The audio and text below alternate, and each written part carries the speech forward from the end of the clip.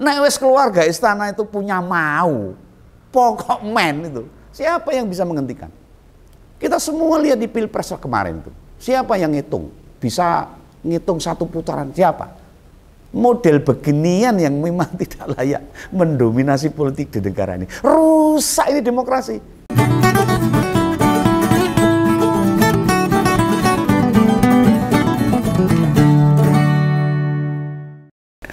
Ketemu lagi dengan Om Begawan di Ngompol. Ngopini politik, bukan pipis loh ini. Nah, kemarin saya dengar ini. Ketua Umum Partai Golkar, Pak Airlangga Hartarto, itu menyodorkan nama Baba Alun untuk jadi pendampingnya Mas Kaisang di Pilgub Jakarta. Kaisang meneh. Nah, padahal kita semua baru saja bicara loh. Wah, kayak ngomong nih saya nih. Soal kemungkinan Ketua Umum PSI itu jadi kandidat di Jakarta, di DKI. Apa Pak Airlangga nggak tahu? Atau dia sedang memancing supaya balik nyalon di Jakarta lagi? Atau Golkar pengen usung kadernya, Bapak Alun, supaya bisa ikut Pilgub di DKI dengan menggandeng-gandengkan dengan Kaisang. Ya semua hal itu biasa saja terjadi, atau kemungkinan-kemungkinan bisa. Apa sih yang nggak bisa di politik di Indonesia? Wah, bisa mungkin. Hanya saja dari berbagai kemungkinan yang terbuka, Om Begawan ini menilai Golkar itu jengah dengan manuver-manuver politik keluarga presiden. Mesti ini menurut pandangan Om Begawan, kekernya Om Begawan ini. Makin diturutin, nah monggo masih tambah nggak genah itu. Akhirnya kan semua semaunya sendiri kan. Mau nyalon kepala daerah kok ya pindah-pindah nggon gitu loh. Kono rapayu geser, kene rapayu geser, asu-asu lak kecemplung. Lah memang pindah daerah itu nggak bayar, nggak pakai biaya. Ya toh. Supaya beken di daerah satu kan ya perlu biaya Jerbasuki mawa beo gitu loh. Tapi itu akhirnya akan merusak konsolidasi dan kondusivitas partai politik di setiap daerah akan terusak-rusak ini, akan kacau balau. Hubungan partai di sebuah wilayah otomatis runyam, ruwet, dan modal madul kalau cara-cara seperti ini terus dilakukan. Nah, ini akibat Kaisang pindah wilayah pencalonan. Itu yang saya tahu loh, Begawan tahu loh, mulai Depok, Bekasi, Solo di kota kelahirannya, DKI lalu Jateng terakhir. Lah itu kan merusak kandidat partai yang mau maju. Akhirnya gojak-gajek. Maju, teko, maju. Repot ini Muhammad Mahfud ini kan. Lah untuk Golkar sendiri di DKI maupun Jateng punya kandidat yang bisa diturunkan. Ada tuh. Ada nama Ridwan Kamil dan Diko Kanindito, Bupati Kendal itu, yang lumayan prospektif dengan masuknya nama Kaisang. Partai beringin ini kelihatannya loh ngeper itu loh. Ini partai ciamik kok yo. Ketakutan itu sepertinya. Ada apa ini kok takut? Kok sepertinya nggak berani? Lah bagaimanapun Golkar sebagai bagian dari koalisi Indonesia Maju, saya tahu, saya paham. Tapi Golkar ini kan partai ciamik. Partai besar yang umurnya sudah hampir 40 tahun ini. Lebih malahan itu. Ini benar-benar ngerti nih cara Pak Jokowi bekerja, mungkin paham dia. Jadi ketakutan. Mereka kan satu grup saat Pilpres itu. Sehingga mesin-mesin politik di bawahnya berjalan. Golkar ngerti bener nih.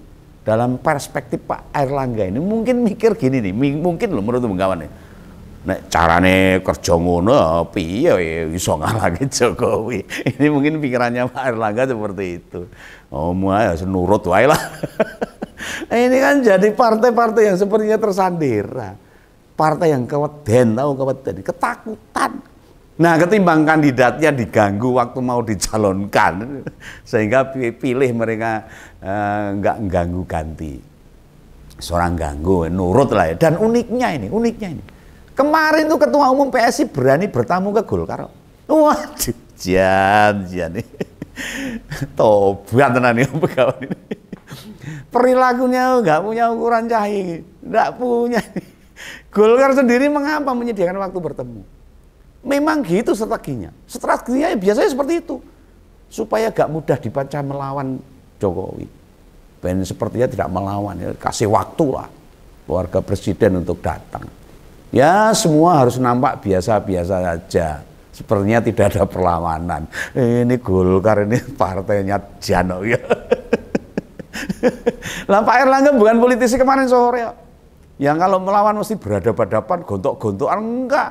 Mereka pakai strategi. Sekali lagi Golkar itu partai ciamik. Golkar itu partai dengan jam terbang yang sangat lama, tinggi. Berpolitik yang bagaimana mereka sudah paham. Ya, nah ini tentu tergantung lawan atau kekuatan yang dihadapinya. Dia pakai punya cara-cara tersendiri dalam berpolitik. Ada yang memang harus adu arep, tahu adu arep, berhadapan-hadapan, beres itu bisa dilakukan. Ada yang kayak jalan bareng dan jelang sampai tujuan dijegal. Ada ngopi bareng sepertinya teman tiba-tiba nyaplok, ya bisa seperti itu. Atau ada yang kayak berteman namun main di dua kaki, ya bisa terjadi. Ada yang di sana, ada yang di sini. Semua ditanam oleh Partai Golkar. Ya sekali lagi kita pahamlah siapa Partai Golkar itu. Itulah faktanya. Partai politik tidak bisa bergerak secara hitam putih. Harus gelap terang, harus abu-abu, depan, belakang, kiri, kanan. Ya main politik begitu bakal mudah dibaca dan dikalahkan kalau seperti itu. Nah ngomol terus ini. Tahu ini siapa Baba Alun itu siapa? Tahu nggak siapa dia? Baba Alun itu nama lain dari Yusuf Hamka. Baru tahu toh. Lah berdasarkan pengakuannya, dia memang orang Golkar lama, suwe Ustaz. Mungkin senior lah di Golkar. Nah orang zaman dulu siapa sih yang bukan Golkar? Semua Golkar. Oh 99%. Nah saat dikonfirmasi dipasangkan sama Kaisang, ya mau ngekek, tahu ngekek, ya ketawa. Artinya apa? Dia tahu isu ini hanya mainan belaka, hanya cek ombak aja, mau dolanan. Nah sedangkan alasan Pak Erlangga ngapain toh nyodorkan Bapak Alun? Ya alasannya kan beliau itu pengusaha gede bidang infrastruktur, duitnya oke, meteran gitu. Sementara tantangan Jakarta ya soal infrastruktur, maka dia bisa membangun, maunya gitu. Lah melihat argumentasi Pak Ketum Golkar ini terlihat benar-benar hanya otak adik gadok, Mbok Menowo dan sebagainya. Lah ini bacaan Begawan nih, Golkar ini gregetan itu dengan pola politiknya keluarga istana. Kelihatannya seperti itu. Maka dia melemparkan beberapa isu yang kadang-kadang ya marai anyel. Lah cara berpolitiknya benar-benar bikin senewan. Membuat partai-partai minggrang-minggring, tahu minggrang-minggring itu. Ragu-ragu. Wani-wani angas kalau bahasa Jawanya itu. Kayak berani namun sebenarnya wedi, takut. Ya gimana nggak takut coba? Nah wes keluarga istana itu punya mau, pokok men itu. Siapa yang bisa menghentikan? Kita semua lihat di Pilpres kemarin itu. Siapa yang ngitung? Bisa ngitung satu putaran, siapa? Model beginian yang memang tidak layak mendominasi politik di negara ini. Rusak ini demokrasi. Lah cara berpolitik yang nggak sehat kok. Nggak ada etika politik kok. Berkedok, sok jadi pejuang, berusaha lobby sana lobby sini. Faktanya ada yang memanfaatkan kekuasaan.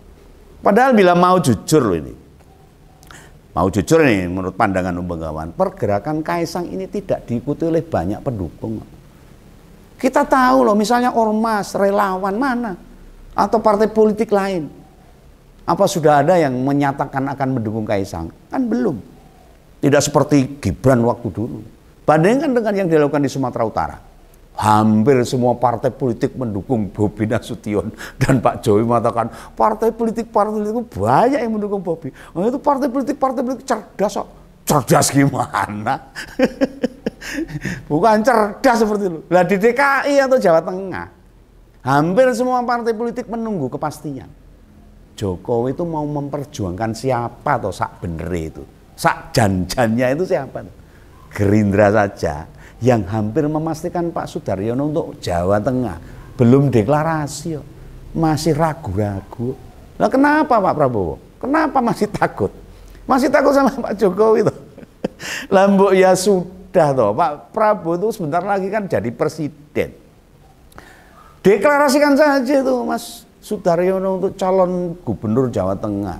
Gerindra supaya hebat, supaya jadi kuat. Mau nunggu apa lagi? Batas pendaftaran kepala daerah kan tinggal sebulan lagi Agustus.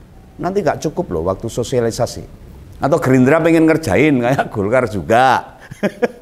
Mau tiru-tiru Golkar ini. Lah membiarkan Kaisang bermain-main politik seperti sekarang ini. Membuat anak itu jadi lupa diri.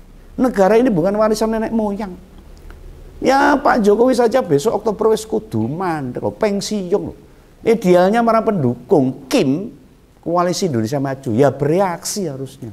Mau doweti. Yang minta kejelasan. Jangan-jangan itu pengen maju di mana toh? Biar nggak ganggu kandidat-kandidat yang lain. Nah, beda dengan PKS atau PDIP. Dua partai ini partai yang bagus, partai modern, partai yang punya banyak kader, yang memang menunggu. Istana mau nyodorin siapa? Baru mereka akan bergerak. Lawan politiknya sebenarnya itu mesti menghitung dengan cermat. Itu harus. Ikut pilkada kan bukan hanya jadi pelengkap, buang-buang duit. Apalagi cuma jadi wakil lawak sama sikil percuma. Apalagi jadi penggembira saja. Jelas mereka nggak mau. Dua partai ini memang harus hati-hati. PKS dan PDIP butuh memastikan orang yang pas buat menghadapi calon yang diturunkan oleh istana. Oh iya harus. Ya kemungkinannya kecil lah. PKS sama PDIP mendeklarasikan duluan itu kelihatannya kecil. Dia akan menunggu.